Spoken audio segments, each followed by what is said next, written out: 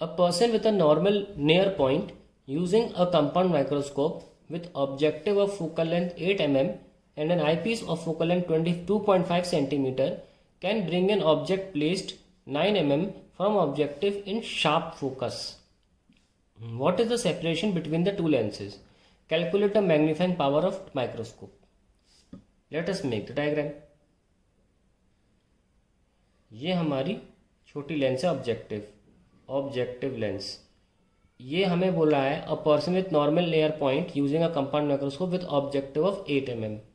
तो ये हमारा एफओ जो है वो 8 है, mm में है सारा, ठीक है ना. और आई पीस जो है फोकल लेंथ 2.5 है. Object placed 9 mm from objective, तो 9 तो बहुत बाजू में होगा ना, बिल्कुल पास में. तो हम इसको निकाल के ये ऐसे बना सकते हैं.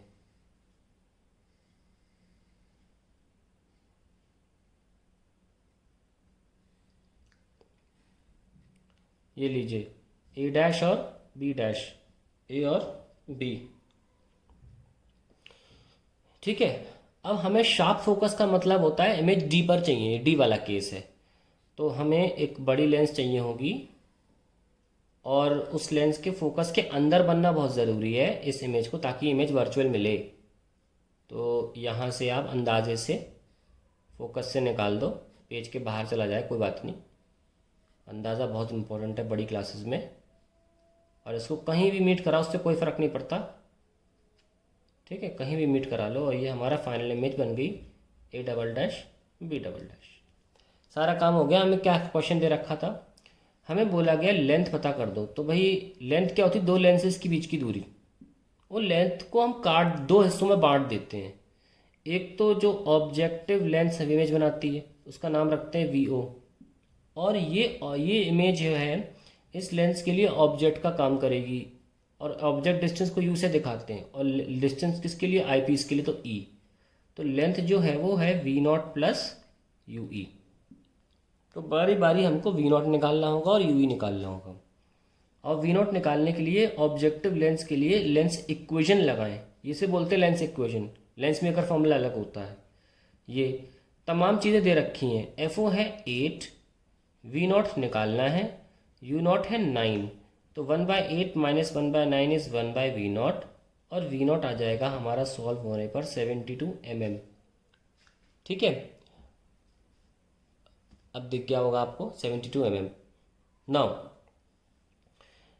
लगे हाथ यू ई भी निकालना है, तो यू ई के लिए आप फॉर्मूला लगा लीजिए 1/वी प्लस 1/यू ई. एफ ई कितना है 2.5 centimetre. Let's convert it into mm. तो 25 हो जाएगा. सबको पता है 1 सेंटीमीटर 10 mm होते हैं. वी ई, और वी ई क्या है 25 सेंटीमीटर होता है. जहाँ पे जो डी बोलते हैं ना नियर पॉइंट, वहाँ बननी ना इमेज. तो इस 25 सेंटीमीटर को mm में करोगे तो 250 आ जाएगा, प्लस 1/यू ई. तो 1/25 माइनस 1/250 इज 1/यू ई. इसे सॉल्व करने पर u की वैल्यू आएगी 22.7. सॉल्व होने पर आ जाएगा, कोई भी सॉल्व कर लेगा एलसीएम लेकर. यहाँ 10 आएगा, है ना. और आप then you can solve it, मतलब वहाँ ले जाने पर, सॉरी मैंने वर्चुअल का माइनस साइन नहीं लगाया, इमेज तो वर्चुअल है, तो यहाँ प्लस हो जाएगा ये. Then you will get 22.7. Now length होता है V naught plus U E. So the answer is, ये देख सकते हैं आप, V naught plus U E. The answer is 72 plus 22.7. So I'll get 94.7 mm.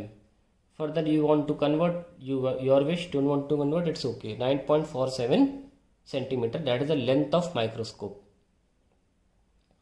तो हमारा एक पार्ट तो हो गया. हमसे पूछा calculate the magnifying power of microscope. No magnifying power के लिए छोटा सा ही फॉर्मूला रखना है बस. हम यहाँ लिख देते हैं m is equals to minus का V naught by U naught 1 plus D by F E. I value रख देते हैं, इतने हिस्से में सॉल्व हो जाएगा आसानी से. माइनस का वी नॉट 72 है, यू नॉट 9 है, 1 plus 25/2.5. This will be minus का 8 into 11, दैट इज माइनस का 88. That is the answer to the question.